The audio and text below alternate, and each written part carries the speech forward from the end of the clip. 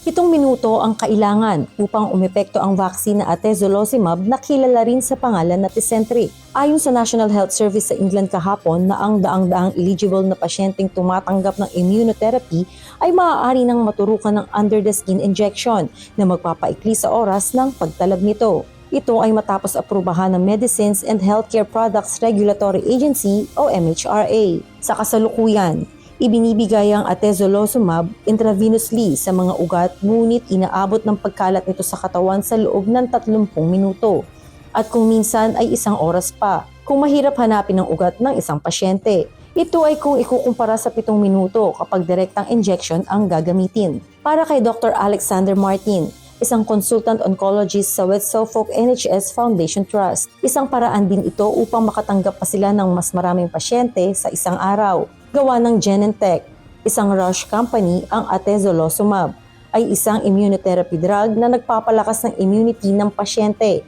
humahanap at sumisira ng cancer cells.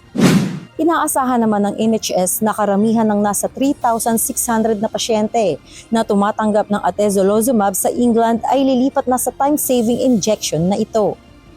Early Briones, UNTV News and Rescue. Diyos ang aming sandigan, serbisyo publiko ang aming pinahahalagahan.